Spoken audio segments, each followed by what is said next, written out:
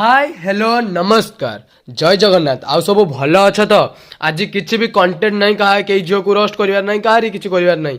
आज गोटे बहुत पॉइंट कथा अच्छी बहुत बड़ पॉइंट कथा अच्छी तो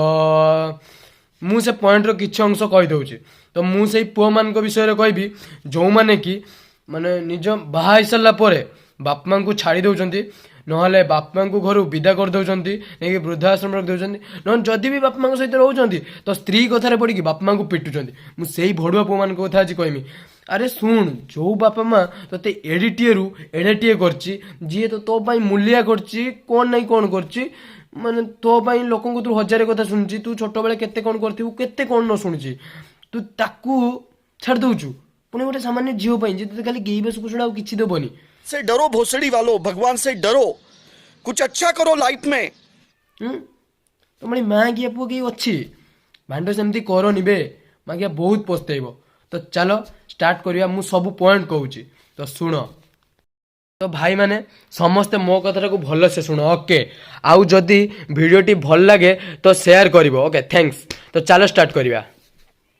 मु शुणी बाप माँ काले चलते ठाकुर तुम मैंने भी शुणी छोट बेले समस्ते कहते बाप माँ भाई ठाकुर ना बाप माँ आशीर्वाद रहा सबकिछ हम तो भगवान को पूर्वर बाप माँ है बाप माँ को जी जुआर हो ना भगवान मंदिर को भी जा पड़ोनी एटा मुझे शुणी तुम मैंने भी शुणी तुमने शुणी ना तुम जाच जानला भी भड़ुआ में स्त्री पाईगला कि जी पाईगला बाप माँ को कदर करन बात तो सही है दौड़ना तो पड़ता है तो हौ छाड़ से जहाँ भी हो तमें तो भगवान राम को कथा शुणी राम रामायण शुणीच तो जानी भी जड़े बापा थे दशरथ तो बापा थे सी भी बापा कथा मानिकी केते वर्ष 12 वर्ष जाइले ना बनवास पुणी कौन बापा कथा मानिकी ना थोड़ी ना सी स्त्री कथा मानते है बापा कथा मानिकी सी माने बनवास जाइए है भली बन भली न बन टाइप बन माने माने तमें घर तुम बापा को काढ़नी बापा सहित खुशी रख बापा सहित खुशी रुह एत कष्ट माने सी केते कष्ट करके तुमको जो बड़ मनीष करते बड़ पोजिशन पहुंच से भाव बापा कौन घर काढ़ुच आउ सेकेंड तुम श्रवण कुमार कथा भी शुणी से बापा को कांधरे बुले कौटी कौटी न नहीं बण बुदा कौ पार कर कांधरे नहीं तुम सेमती भी बनी पार मुझे जाने कली जुगे तुम सेमती भी बनी पार ओके तुम से सब न बनल ना कि निज स्त्री तुम तुम बापा को छाड़ दौच घर काट दौच भाई भाई भाई भाई भितर भी झगड़ा कर कौन न कर से स्त्री तो भाई एत टीवी आनलानी तो भाई एटा कलानी भाई सब सांगरे रुह है सांगरे एकतार माने एकता रही केते कौन हम है सांगरे रुह मु कहमी मो बापा माँ समस्ते पूरा फैमिली पूरा मीट अच्छा माने पूरा एकजुट कहीं कहानी अलग नुहे ओके मो फैमिली पूरा गोटे फैमिली मो बाबा 3 भाई सब सांगरे अच्छे आम आमर कि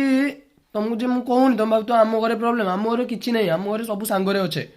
ओके मु मानुची तुम्हें ना प्रभु राम भाई हो ना श्रवण कुमार भाई हो क्या भाई हो पारनि एटा भी मुझे मानुची तुम कथा बुझुची बट तुम्हें भाई ना ना तुम कम हो कि बापा को कष्ट दियोनी जो तुमको कष्ट करके एत बाट को आनी तुम कष्ट के दियोनी जीवन के उन्नति कर भाई बापा जो बापा गोटे टोपा लुह ना तुमको बहुत कष्ट बहुत महंगा पड़ो भाई तुम भाई जहाँ भी कर तुम रेप कर जहाँ रेप तो कर तुम तो गांडी मर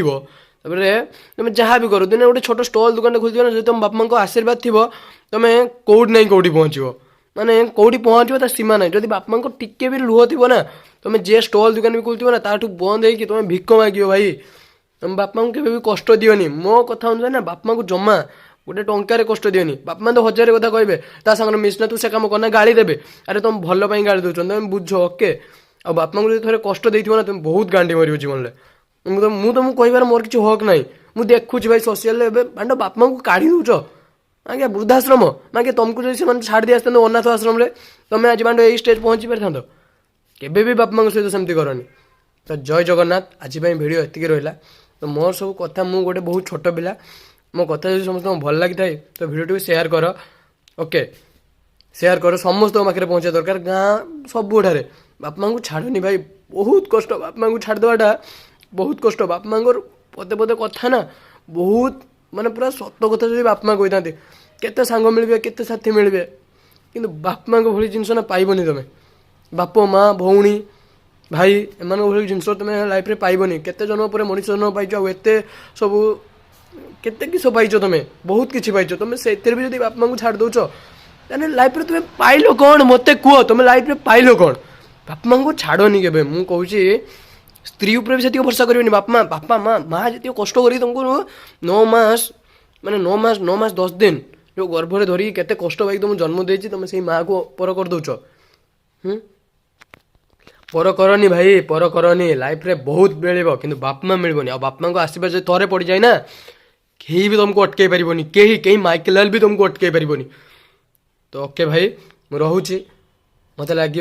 ଲାଗୁଛି ତୁମେ ସମସ୍ତେ ମୋ କଥା ନିହାତି ରଖିବ, ବାପା ମାଙ୍କୁ ବହୁତ ଭଲ ପାଇବ, ବାପା ମାଙ୍କୁ ସମ୍ମାନ କରିବ। ବାସ୍ ସେତିକି କହିକି ରହୁଛି। ଜୟ ଜଗନ୍ନାଥ। You